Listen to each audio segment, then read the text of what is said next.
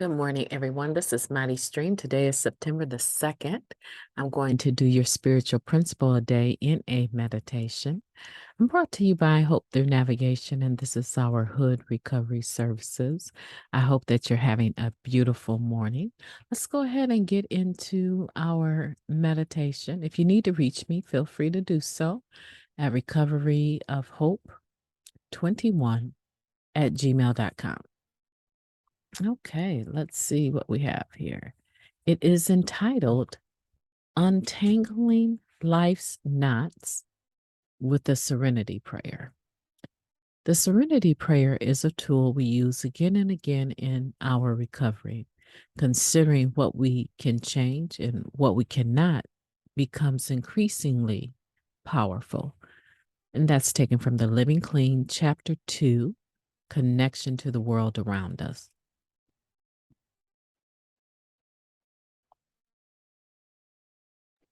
Okay.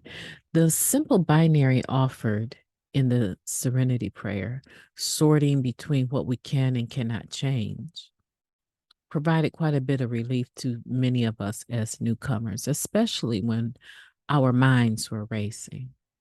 Having this prayer as a new tool in our belt in early recovery enables many of us to muster a bit of courage to work on ourselves and perhaps achieve just enough serenity to tolerate those around us.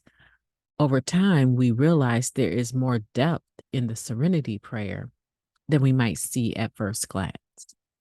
Our wisdom to know the difference grows as we accumulate more experience with trying to change our lives.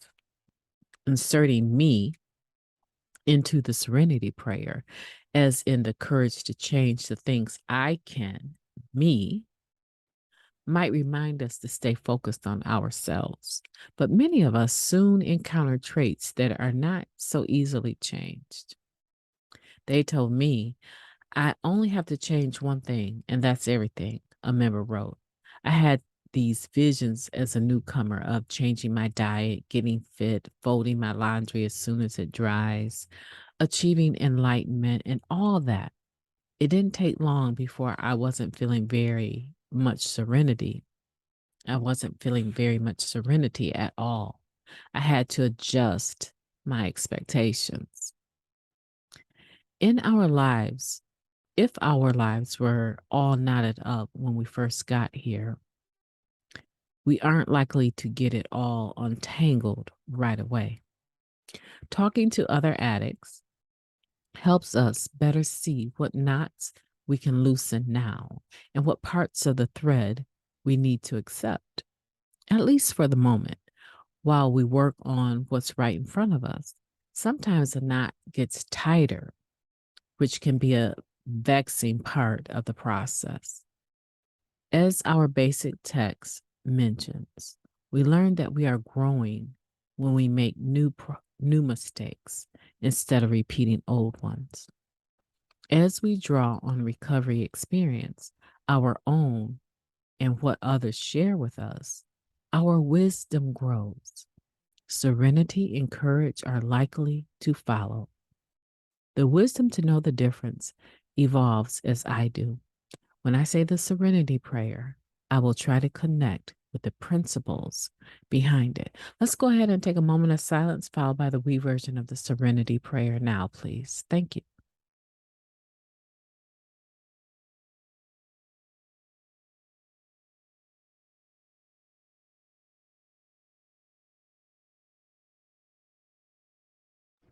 God, grant us the serenity to accept the things we cannot change, the courage to change the things that we can, and the wisdom to know the difference. Just for today, please and thank you. Wow. This is I'm feeling this meditation. I just feel like it's so powerful and it's realistic, right? It's talking about how we come in here, we come into the program and we are talking or learning how to say the serenity prayer. Then we figure out, oh, this is not just some prayer. It actually holds meaning. I need to figure out what things I can change. and what things I can't. The things I can clearly change are myself, no one else. I don't have that kind of power, right? I can respond, or I can change how I respond to other people. Now, that I can do, right? So we learn that, and then we go on this vigilante type disposition. I'm gonna get fit. I'm gonna change my life. I'm gonna change how I talk. I'm not gonna cuss anymore. We go through all of it, right? And then we find out like that is so not realistic. If you have had these issues for this long, what makes you think that you can change that overnight? I mean, you've been struggling with the same thing all this time. And then you get clean, and all of a sudden, you're going to right all those errors, all those character defects. It's not realistic, right? Excuse me.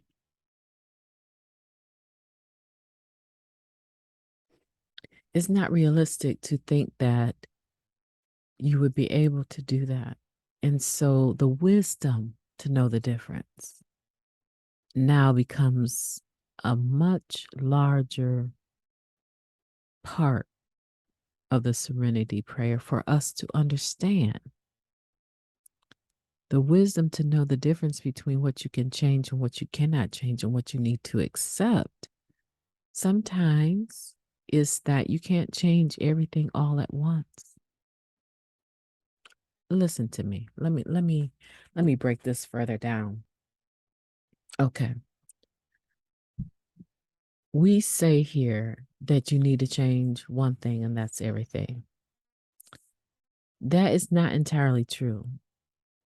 The one thing that we absolutely have to change is this obsession and compulsion to use drugs, right? We have to conquer that. We have to fight that with everything that's in us. Okay. You can change whether or not you pick up the drug. You can make a decision to never pick it up again. That you can change. What you might struggle with, though, is changing the situations that made you pick it up in the first place. And because those situations are not baby situations anymore, they have been culminated with stress, health issues, dissonance in relationships. Because it has compounded, it is a much bigger beast, if you will, than it was when you first picked up. So now I have to understand that I have to do this one day at a time. That's different than telling someone they have to change one thing and that's everything. Because surely you're not going to be able to do that as quickly as you would even want to, or someone else may want you to. However, you can make progress, right? If you tackle it day by day, just for today. What things within your day do you normally encounter and you can intentionally handle differently? Okay. So I'm getting clean, and I know if I don't pick it up, I can't get high. However, I am enmeshed with my friend's lifestyle, whether it be an intimate partner or if it's just one of your buddies, one of your girlfriends that you hang out with. They're still using. And right now, you do not see discontinuing that friendship or relationship just because you decided to stop using. Most people I talk to struggle with giving up their friends that they used with because they don't want their friends to think that they're abandoning them. Come to find out, a lot of times their friends don't feel that way at all. they feel happy for them, and they'll stop using around you, right? A lot of times that's how it is. And then a lot of times it's like, man, please, you said you was going to stop using 50 years ago and you still using. So why am I going to let you rock my boat? I'm still going to get high. If you ever want to get high again, just let me know. I got something for you, right? So you understand what I'm saying? It's like you have the ability to change. You're picking up the drug, but you may really struggle with giving up the people that are still picking it up and that are in your vicinity. You may really struggle with that. Is that something you need to change? I would say 9 times out of 10, absolutely. Is it something that you're going to be able to change immediately? Depends on how enmeshed you are with the person. If they're in your house and they're using, that's an issue because you can't just walk away from that. It takes some time to pick up and move. It takes some time to get it across to them that this is no longer acceptable to me. Um, and especially if you're married, then what? Okay, so you can separate. Yes, that's possible. But the point is that everything that has to change may not change overnight. That's why you need acceptance. That's why you need wisdom to know the difference. I wouldn't say accept everything, but there's some things that you may not be able to force your hand on, and you need to give yourself room for that. Now, if it causes you to ruminate about using, it makes you think about use. It's a trigger basically for you, and you know that you're not strong enough to endure that, then you probably need to be the one that leaves, right? You can change that faster than you can change them leaving. You can change that faster than you can get them to stop using. You know what? I love you, but I'm not going to continue to be in a using relationship. I'm not going to do that to myself anymore. And I don't expect you to stop using for me because I didn't stop using for you. I stopped using for myself. And with that in mind, I'm going to relocate. I'm getting ready to start searching for some place, a sober living home, some other place I can actually be and afford so I don't have to face this every day. And I'm going to allow you to pretty much guide the ship of how interactive we are based on whether or not you're high at the moment that you're trying to interact with me. I don't want to interact with you anymore with you high. So just put that feather in your hat and remember, when you're not high, feel free to reach out to me.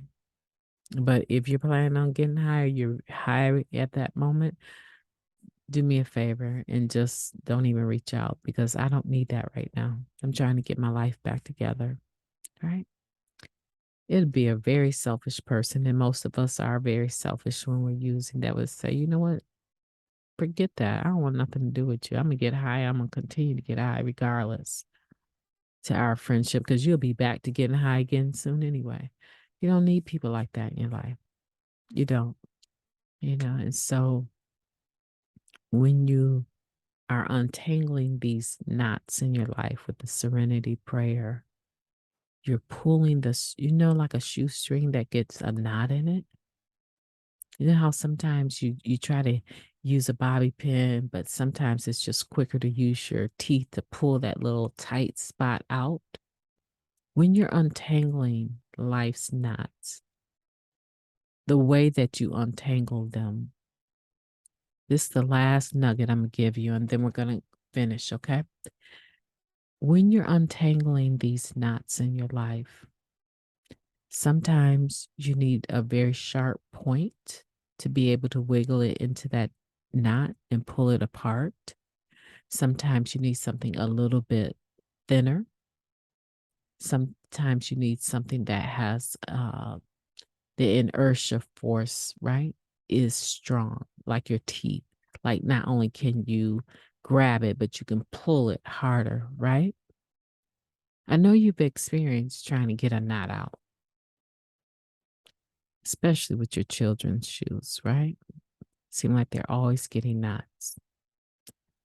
That's how life is. Sometimes the tool you use to pull at that knot has to be more gentle than at other times. Depends on what type of knot you've created. But you will always be able to use the strength of your higher power in this very profound prayer called the Serenity Prayer to analyze the knot, to look at the knot from all angles and figure out where there is some give in the knot that will allow you to start to loosen it. Okay? The Serenity Prayer is to be a tool for you in your belt that will enable you to muster up the courage to do the work that you need to do on yourself, right? And the whole purpose is to achieve self-respect, dignity, serenity, goodwill, all these spiritual principles. And so now I want you to start looking at your life today and figuring out which knots are a little bit more entangled. You know, this morning I've already had a knot. I've spent over an hour between the taping of the Just for Today and the taping of this particular meditation, trying to figure out a knot. And you know what I told myself? And as soon as I said this to myself, I said, it always works out. God always works my issues out for me, and this thing is no different. Soon as I said those 3 sentences, those words of positivity, my frame of mind changed, and I got right back to the podcast and I was able to tape it. And I really feel like it's a quality podcast today because we're talking about the Serenity Prayer, which is a prayer I utter regularly. It doesn't mean that you don't have to work, because the courage to change the things that you can definitely mean that you have to do something. You have to put forth some energy. But I have faith in you, and I know that you can do it. You can do it. If I can do it, you can do it. So I just want to encourage you with that today, to use the Serenity Prayer to benefit your life and those around you. My name is Mighty Stream. I've enjoyed your company, and I will be talking to you tomorrow.